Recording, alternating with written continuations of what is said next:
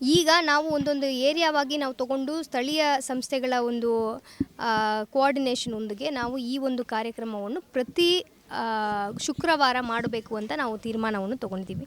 So ಪ್ರತಿ ಶುಕ್ರವಾರ ಆ ಒಂದು ಸ್ಥಳೀಯ ಪ್ರದೇಶದಲ್ಲಿ ಇರುವ, ಈಗ ಅರ್ಬನ್ ಏರಿಯಾ ಅಂದರೆ ಅಲ್ಲಿ ಸಂಬಂಧಪಟ್ಟ ಅರ್ಬನ್ ಹೆಲ್ತ್ ಇನ್ಸ್ಪೆಕ್ಟರ್ಸ್ಗಳು, ಈಗ ರೂರಲ್ ಏರಿಯಾ ಅಂದರೆ ಅಲ್ಲಿ PDO, ಪಂಚಾಯತ್ ಸೆಕ್ರೆಟ್ರಿ ಹಾಗೂ ಸಂಬಂಧಪಟ್ಟ ಹೆಲ್ತ್ ವರ್ಕರ್ಸು ಹಾಗೂ ನಮ್ಮ ರೆವಿನ್ಯೂ ಆಫೀಸರ್ಸು ಇವರೆಲ್ಲ ಒಳಗೊಂಡಂತೆ ಒಂದು ತಂಡವನ್ನು ಮಾಡಿ ಪ್ರತಿ ಶುಕ್ರವಾರ ಅವರವ್ರಿಗೆ ಒಂದು ಏರಿಯಾವನ್ನು ನಾವು ವಿಂಗಡಣೆ ಮಾಡಿದ್ದೀವಿ.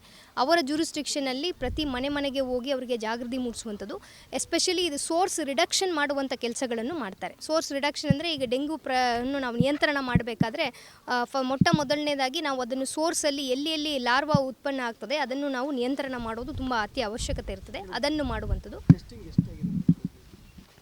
ಇದುವರೆಗೆ ನಮಗೆ ಟೆಸ್ಟಿಂಗನ್ನು ನೋಡಿದರೆ 2016 ಕೇಸಸ್ಗಳು ನಮಗೆ ಸಸ್ಪೆಕ್ಟೆಡ್ ಕೇಸಸ್ಗಳು ಇದ್ದಾವೆ.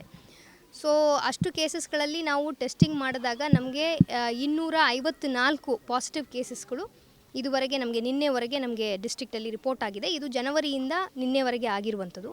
ಅದರಲ್ಲಿ ಈಗ ಸದ್ಯಕ್ಕೆ ನಮಗೆ ಹಾಸ್ಪಿಟಲಲ್ಲಿ ದಾಖಲೆ ಆಗಿರೋದು ಡೆಂಗ್ಯೂ ಪ್ರಕರಣದ 3 ಜನ ಹಾಸ್ಪಿಟಲೈಸ್ಡ್ ಇದ್ದಾರೆ. ಸೊ ಉಳಿದವರೆಲ್ಲ ಗುಣಮುಖರಾಗಿ ಮನೆಗೆ ಹೋಗಿದ್ದಾರೆ. ಸೊ ಇದನ್ನು ಪ್ರತಿ ದಿವಸವೂ ಕೂಡ ಪ್ರಾಪರಾಗಿ ಅದನ್ನು ಟೆಸ್ಟಿಂಗ್ಸು ಮಾಡ್ತಾ ಇದ್ದೀವಿ. ಡೆಂಗ್ಯೂಗೆ ಏನು ಕನ್ಫರ್ಮೇಟ್ರಿ ಟೆಸ್ಟ್ ಇದೆ ಅದನ್ನು ನಾವು ಮಾಡ್ತಿದ್ದೀವಿ. ನಮಗೆ ಕಿಟ್ಟಿನ ಕೊರತೆ ಆಗಲಿ ಯಾವುದೂ ಇಲ್ಲ. ಅದು ಅಲ್ಲದೆ ನಾವು ಪ್ರೈವೇಟ್ ಹಾಸ್ಪಿಟಲ್ಸ್ಗಳಿಂದನೂ ಅಲ್ಲಿ ಏನಾದ್ರು ದಾಖಲೆ ಆಗಿದ್ದರೆ ಅಲ್ಲಿಂದನೂ ನಮಗೆ DHO ಮುಖಾಂತರ ಮಾಹಿತಿಯನ್ನು ಕೂಡ ನಾವು ಸಂಗ್ರಹಣೆ ಮಾಡ್ತಾ ಇದ್ದೀವಿ. ಇಲ್ಲ, ದಿನಕ್ಕೆ ಅಲ್ಲ, ನಮಗೆ ಸಸ್ಪೆಕ್ಟೆಡ್ ಕೇಸಸ್ ಬರೋದು ಮೇಲೆಗೆ ನಾವು ಮಾಡ್ತಾ ಇದ್ದೀವಿ.